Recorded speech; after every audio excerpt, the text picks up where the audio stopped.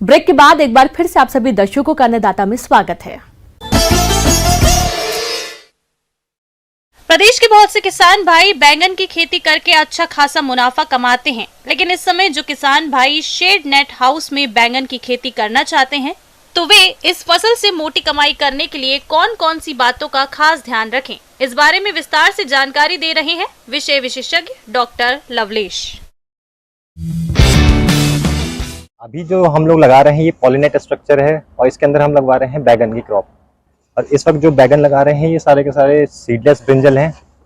देखिए, सबसे मेन चीज़ है कि अगर आप एक किले की बात करें, एक एकड़ की बात करें, तो एक एकड़ में आपका 1 कट्टा DAP के आसपास पड़ जाएगा। ठीक है, जब आप खेत तैयार कर रहे हैं या फिर अगर आपका खेत तैयार हो चुका है, हो सकता है आप खाद नहीं डाल पाए, तो आप बेड बनाने के बाद आप बेड पे जो खाद है वो सारी की सारी डाल सकते हैं।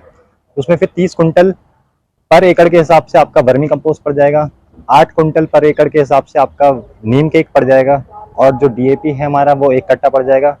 और इस हिसाब से 1 कट्टा आप यूरिया डाल सकते हैं और 1 कट्टा आप MOP या फिर पोटाश आपको जिस फॉर्म में मिल जाए उस हिसाब से आप डाल सकते हैं।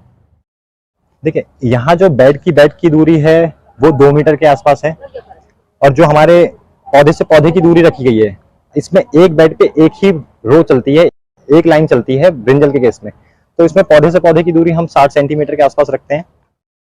आपके 6400 के आसपास तक पौधे 1 एकड़ में आ जाएंगे, क्योंकि हमारे एक बेड पे एक ही पौधा लगता है। इसमें एक बेड पे मीन्स एक ही लाइन लगती है। देखिए, पौधा लगाते वक्त सबसे मेन चीज़ है, जब आप पौधा लगा दें, जब आप ट्रांसप्लांट कर रहे हैं तो उसकी ड्रेंचिंग जरूर कर लें। और ड्रेंचिंग का मतलब है कि आप इसको पानी इतना, मतलब अप्रोक्सीमेटली अंदाजे से कहें तो 100 ml के आसपास पर पौधे पे पानी गिर जाए, ताकि जो उसकी जड़ है उसके आसपास सारा का सारा पानी आ जाना चाहिए। और उस पानी में हम फफूंदीनाशक का इस्तेमाल भी करते हैं। या तो आप अगर बायो में जाना चाहते हैं तो आप ट्राइकोडर्मा और सूडोमोनास का इस्तेमाल कर सकते हैं।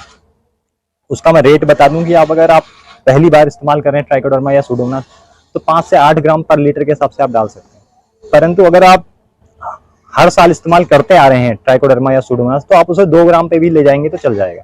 बाकी जो बीडिंग का कार्यक्रम है वो तो आपका रेगुलरली चलता रहता है, तो वो कार्यक्रम चल रहा है। किसान भाइयों, अब बात आती है सिंचाई प्रबंधन की।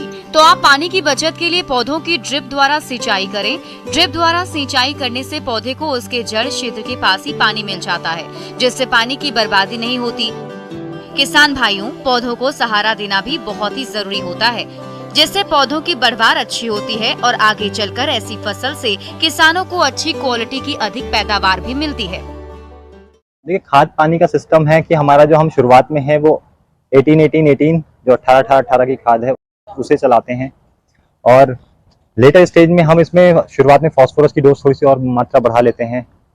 और जब जैसे हमारा पौधा थोड़ा सा बड़ा हो जाएगा तो उसके बाद हम इसमें पोटाश की मात्रा बढ़ा देंगे, ताकि हमारी जो फ्लावरिंग और फ्रूटिंग है उसकी क्वालिटी बढ़ जाए।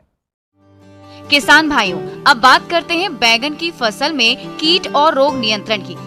तो वैसे तो संरक्षित वातावरण में लगाई गई फसल में कीट रोगों का प्रकोप कम ही होता है, लेकिन फिर भी यदि आपकी फसल में छोटी पत्ती रोग, जो कि लीफ होपर कीट द्वारा फैलता है, जिसमें पौधों की पत्तियां छोटी रह जाती हैं, पौधा बौना रह जाता है और फूल और फल नहीं बनते, अगर ऐसे लक्षण देखने में आ रहे हैं तो आप रोग से ग्रसित पौधे को निकाल कर नष्ट कर दें। और रोग के नियंत्रण के लिए आप थियामेंथोक्साम दवा की 100 ग्राम मात्रा को 200 लीटर पानी में घोलकर प्रति एकड़ फसल में छिड़काव कर दें, जिससे आप इस रोग पर नियंत्रण पा लेंगे।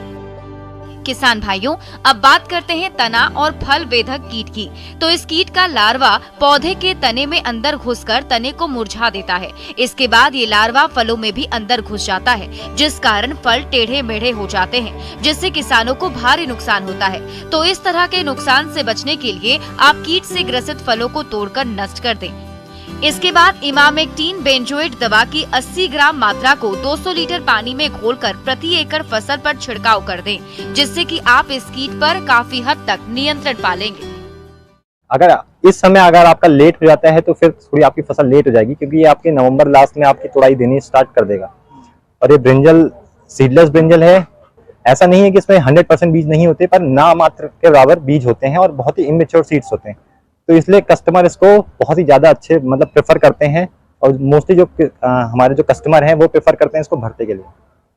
देखिए, ये जो फसल हमने लगाई है, इसकी मैं उपज की बात करूं तो इसकी 7 से 10 केजी पर पौधे की आपकी उपज है।